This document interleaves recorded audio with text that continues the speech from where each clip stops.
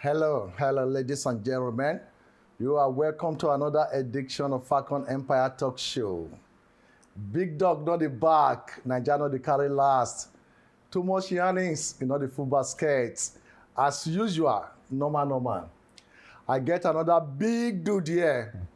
Original name, person where you want to see. You know, a brother and a friend, a role model from our community. When I mean community. Mark, yeah man, How you doing, brother? You good? peace and love. You are welcome to my studio. Thank you. Thanks for having me. Mark, introduce yourself to the general public. May they know say you did my studio today. Yeah. So, Favor's my boy. I've known him for a good few years from being around Camden.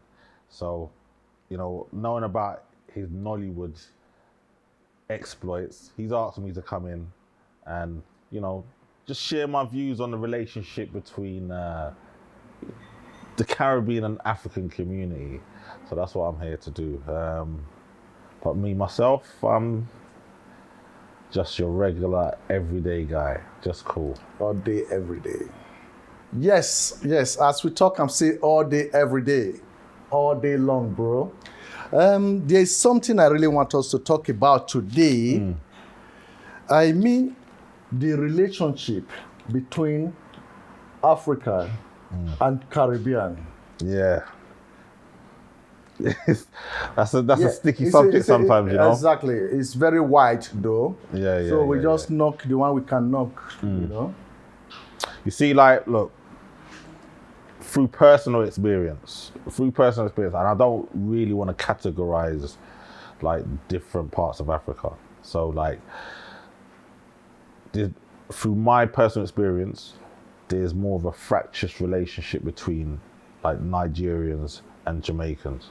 All right, why I don't know. We're very similar people, culturally similar. We got when it comes to the food, look at the food that we eat, it's very similar. We're very bossy people. Yeah. Very bossy. Trust. Do you know what I mean? So weirdly, I've got no idea why we're so fractious, but it shouldn't be that way at all. Like, you know, just because we're divided by water, you know, we're still the same people, regardless of what's happened in the past. Forget about the past. Like, we're still the same people, innit? Do you know what I mean? I like that. You can't say, like, oh, because of slavery this, slavery that, whatever. No, drop that out. You know what I mean? Like, I remember growing up, so when I used to play football with a couple of people, a lot of them was Nigerian. And I was like one of the few Jamaican playing football with them. And we used to get into the worst banter, telling them, like, you know, be calling me Jamo this, Jamo that. And I'd be like, listen, bro, don't you remember how your people there sold your people them and sent us on the slave ships? Forget that. That's done. All them things there aside, we are one people, and it's about time we start moving as a community rather than being fractious. And to be fair, like, you know, times have changed and it's a lot better now. Yeah, times have changed. Yeah, I think it's a lot better now. Yeah, because for like 2 decades I've been in England, I can see that times have changed. But the points be say, they say Nigeria and Jamaicans, they not they play. They not get good relationship. Yeah. But me and you, we get good relationship. But I don't really know why. Maybe if you know why, like when they used to say, why did they say they sold Jamaica or the Caribbean, you know, or the Africa sold the Caribbean off and all that. Was it really like the African, or it was, a system of colony? Do you know what? You know, colony's got a big part to play in all of that fracture.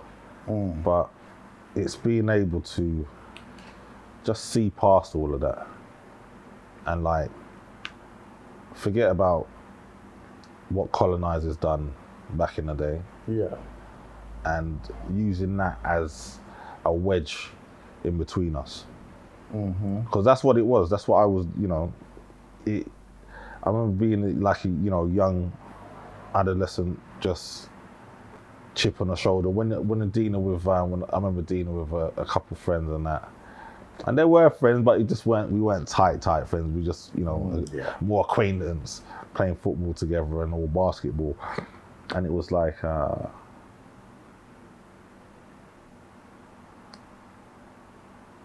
maybe because I was a bit of a hothead as well, but at the same time, you've got to look past that. Yeah, you're an African brother, I'm a Caribbean brother, we don't get on, because I can't say where it came from, where the whole like the divide was. Yeah. Because even growing up as a kid, I remember growing up as a kid in primary school and stuff like that. I'm not proud of it. Like, we used to say things like boo boo, you boo boo to an African kid. I'm like, really? Like, it's and I think kids from Africa got a raw deal growing up. Right. They got a raw deal growing up. So it's where you're talking about the whole colonizers and stuff like that, where the disrespect that African kids, like me, from my personal experience, growing up, it kind of just, you become a product of your environment. Yeah. So, whereas, kids from the Caribbean, Jamaica and stuff, we had people like, the big guy, Bob Marley, and everyone knew who Bob Marley was. So he's from Jamaica, so everyone's loving that. But we wasn't really getting those kind of characters coming out from Africa to say, yeah, this is our champion. This is who we stand behind. So I think that's really how things, I mean, that's a part to how things were so fractious and where the divide comes from. But really and truly, it shouldn't be like that at all. We're all one people, and that's it, done. You're right, Mark. Why I really want us to talk about this is that it saddens my heart. When people say this, because I've got a lot of Jamaican friends, and I grew up in Nigeria and London, Camden Town, full of diversity. Yeah. And when I'm in the midst of them, you don't even know where I come from. And even sometimes I just see like everyone is Nigerians, no matter, where they come from, any part of the world. Yeah. And I see the Jamaica as, the real, brothers. So at the end of the day, I just want to know, you growing up, in the black community, let me use black community. Do you ever feel like, oh, African people, they are your brothers, or when you grow up, then you develop that love? So initially growing up, I didn't really, I didn't look at color or anything like that. Everyone was just everyone. You was white, Chinese, Indian, black, white. It didn't matter. We was all people. So that's what it was like growing up in Finsbury Park. And then as you get older, you start learning differences. Then you get the whole boo-boo thing coming in and jam all this and whatever. And then you get a bit more mature, and then you just realize, like, hold on, we're just all here just to live our life. Forget the divide, just work together.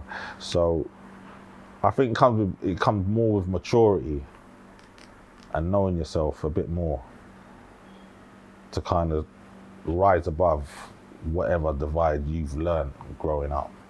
Right. True. That's basically, in a nutshell, is all I can say about that one. Okay, and the other area, were you born here? Yeah, I was. In United Kingdom? Yeah. Wow, fantastic. Okay, it's good to know if you were born here in the United Kingdom. And for that, I would like to ask you, you know,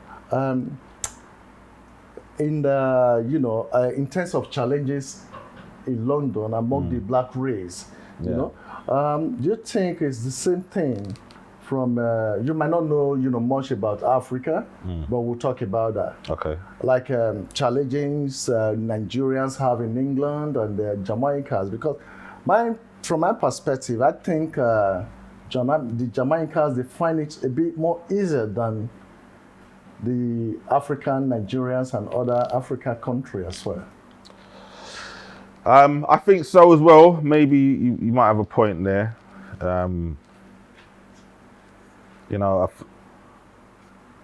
Jamaicans are sort of like stereotypically thought of as laid back, relaxed, smoking weed or whatnot, and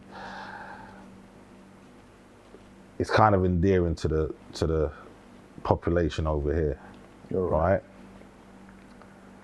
I can't say I can't say the same can be said for like Africans, from people from different African countries. So it's hard. I would say you're right there, where Jamaicans would feel it easier to integrate than people from African countries. But I think that's changed now. It's changed a lot now, which is good, because I think to do with that is music. Music from Africa coming over now has really changed this perspective of how they're thought of. It's a bit late, but you know what? It's here now, so enjoy it.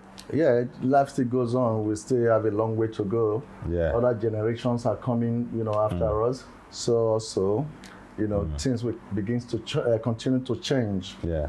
I mean, media had African people that, blatantly, they called them spear chuckers and Zulu warriors. All them kind of stereotypes was aimed at African nations. So, come on, they've had a lot to deal with in that regard. Yeah. So you're right. when you're trying to, look, they thought you think of. I'm going back to my youth now, and from what I see in the media, I'm like, oh, shit! Like, Africa's a desert. Look, all these starving kids. That's all you're knowing. Yeah. Because there was the whole Live Aid. They don't talk about it. All you're seeing is like all these African kids starving, skinny, like hardly any clothes on them. You're thinking it's a third world country. It's not the way though. But yes, you can't let media fool you all the time with that one. You know what I mean? Because I'm sure there was. I know for a fact that there's beautiful parts of Africa that are doing much better than where we are right now. Yeah, I think what the media do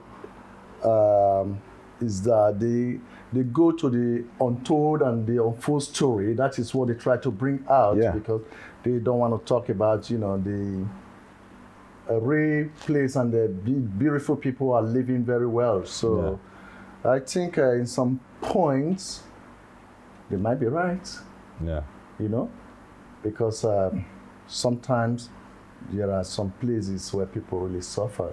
Yeah, of course there's people, but they're suffering all over the place. But you can't just show people suffering in one section and just leave it at that, because then everyone's just going to be like, wow, that's all they got. Okay, from your point of view. That's what I'm saying. Growing up, that's all I knew. That's all I knew. Okay. But there's beautiful places. From your point of view, when you see these videos or pictures of the medians from a poor part of Africa, then what did your mind tell you? How do you feel seeing them? I felt bad for them, man. Do you know what I mean? Okay. It's quite, so I'm going back to Live Aid, whenever that was in the 80s. Yeah, and they did the whole Feed the World. And you're seeing kids like your age, like raggedy clothes, skinny, literally in their mum's arms, dying. And you're thinking that's Africa, and like it's sad. Like, you know, I'm not gonna lie to you. Them things there made me cry. I looked at that and I was like, raw. That's bad. You know what I mean? Yeah. So, but you know, that's all and that's all I knew of Africa. That's all I knew because you know that's what you're fed through the media. Yeah, I think you know, where you stand determine what you see. So I think that's what happened with the media. Yeah. Wow. It's great to have you here, Mark. And Thanks for having me. I didn't think I'd have this much to say, to be fair. Yeah. You know, in all this, so what do you have to say to the general public? You know, we talk about relationship between us. You know, we talk about Africa and you growing up here. And what makes you to be a better person today? Because you know what? Sorry, everyone, go. okay. Go finish what you're saying, sir. Because everyone think, oh, when you're black, you must be rude and all that. So tell people for me, how you were able to, you know, to become a better person in life. For me, it was learning to be tolerant. That was it, really, because I had a very low tolerance level. I couldn't tolerate, like, even now, you was talking and I spoke over you and I had a very low tolerance level of that, very low. And it's learning to just check yourself and bear with people, have patience. That's it, really, because time, you can't get back time, but everyone's on their journey. Just relax and just go with the flow. Thank you. That's basically it. I can't really just sum it up better than that. Thank you, brother Mike. You're welcome. What do you think about Fakon Empire Talk Show? I love it, man. I love it. I like the videos you've been sending me, man. I know you've been there. You're always supporting me. And, come on, brother. Yeah. And I will keep giving you the best. Thank you. Giving everybody the best. Thank you, my Peace brother. and love again. Love all every day time, long, sir. every time. Thank you so much. Thank you very much, guys. Yes, thank you for watching until we bring another guest soon. Thank you. Peace and love.